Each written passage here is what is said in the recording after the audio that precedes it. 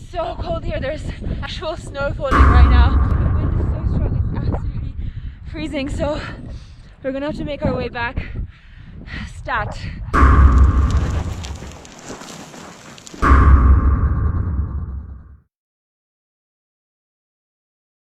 Hey guys, it's about 7 a.m. here in Hunza and I'm just getting ready to go on a pretty serious, pretty challenging trek. This valley that I'm going to is meant to be a super historical and kind of mythical place. I'm meant to be going there and back today, which is a good 8 hours of walking in a single day. And the weather is looking kind of shaky and a little bit unpredictable.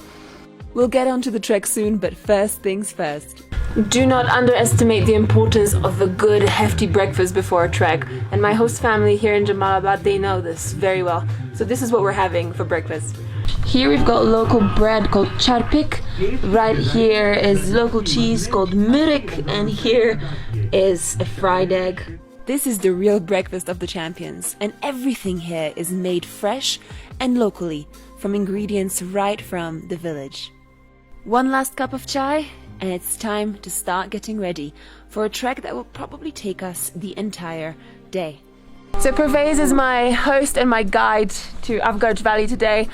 Is this going to be really difficult? Not too much, it takes only 2.5 hours. 2.5 hours? For you 3 hours. Exactly. So let's go. We started our trek in the picturesque village of Jamalabad, which is located between Sost and Pasu in Hunza, and it's full bloom here. But our destination lies somewhere quite different, deep in these valleys. The route there is not for the faint-hearted. You're gonna have to walk along footbridges, riverbeds, stones, and do some serious climbing and jumping. Oh my god.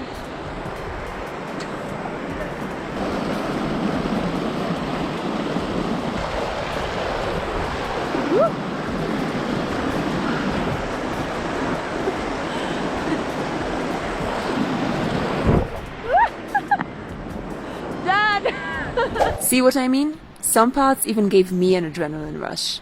My turn! Slow, slow, slow, slow. Good. And then there was a surprise. High up on the mountain face, we spotted a herd of ibex. These elusive mountain animals are quite hard to find, and we just couldn't believe our luck. Look at how majestic they are, how fast they climb up these impossible slopes. We could have stayed there all day just watching these majestic creatures, but alas, we had to keep going, onto Avgarj. We were getting closer and closer every step of the way, until finally we reached. That's it, over there. That's the valley. It's only been 2 hours, not 3.5. This is Avgarj Valley. There is no road access here. You can only come here on foot. And perhaps, given just how pristine it is, that's not such a bad thing. It's all open space, grazing animals, and full-on serenity.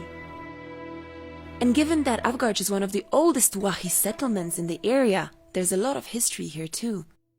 Right now we are in the ancient part of Avgarj village, and nobody really knows how old these buildings are, but they are pretty elements and wind swept. You can see all these buildings are just, made out of this raw stone and old wood. Pretty amazing. Right there's a bit of a tower, not really sure what that's for, and here this is definitely a mosque, an old mosque that is now shut down. Look how beautiful it is. Look at all the wood carvings around the door. Just amazing. A piece of history right here in this remote valley here in Hunza. But our trek wasn't over yet. We still had to reach Boibo Valley, just an hour away. We're climbing higher and higher towards Boibo Valley. We're taking a shortcut, but Pervez warned me that the shortcut is much harder than the long route. I am the winner. Pervez is the winner. He got there first. I was filming the entire time. I have an excuse. And finally, after all that climbing, we got there. Right there is Boybor Valley, with Boybor Glacier, which has receded over the last few years due to climate change. And right there is Briar Valley, with a link all the way to Shimshal Valley. This is the power of the mountains, and especially the Karakoram range here in Hunza.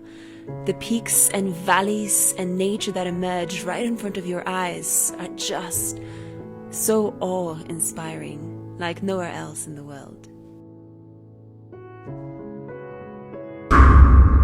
But soon after we reached, the weather began to break very quickly. So cold here, there's actual snow falling right now. I managed to get the drone shots just before the snow started, but the wind is so strong it's absolutely freezing, so we're gonna have to make our way back. Stat.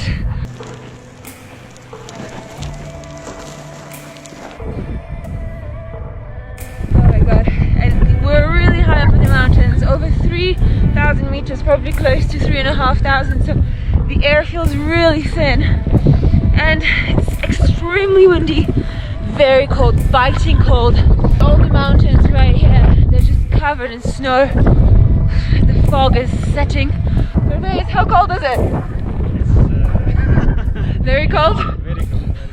We knew that we had to get down to Afgaj as soon as possible. The snow got more intense, as did the winds. But the village seemed deserted. There seemed to be nobody there, until we knocked on a door.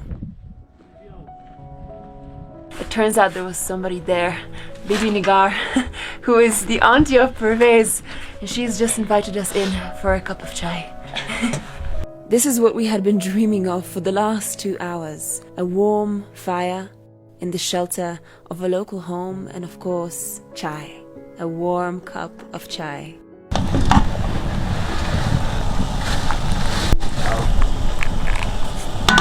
Here it is. Fresh chai with the freshest of milk. Whew, perfect for this cold, cold day. Ah, amazing. Shabash. Of course, we had seconds too. As much as we wanted to stay with Bibi Nigar in her warm home, we had to go back to Jamalabad. Alright, it's time to say goodbye. Bye. Shabash, bye bye. Thank you. Bye. Thank you. Thank you. As we started walking, the weather eventually lifted and we reached Jamalabad safely. And despite all the beauty of Afgarj Valley, there's one memory that will remain forever in my heart, and that's the memory of Bibi Nigar, her home, her fire, and her chai. Shabash.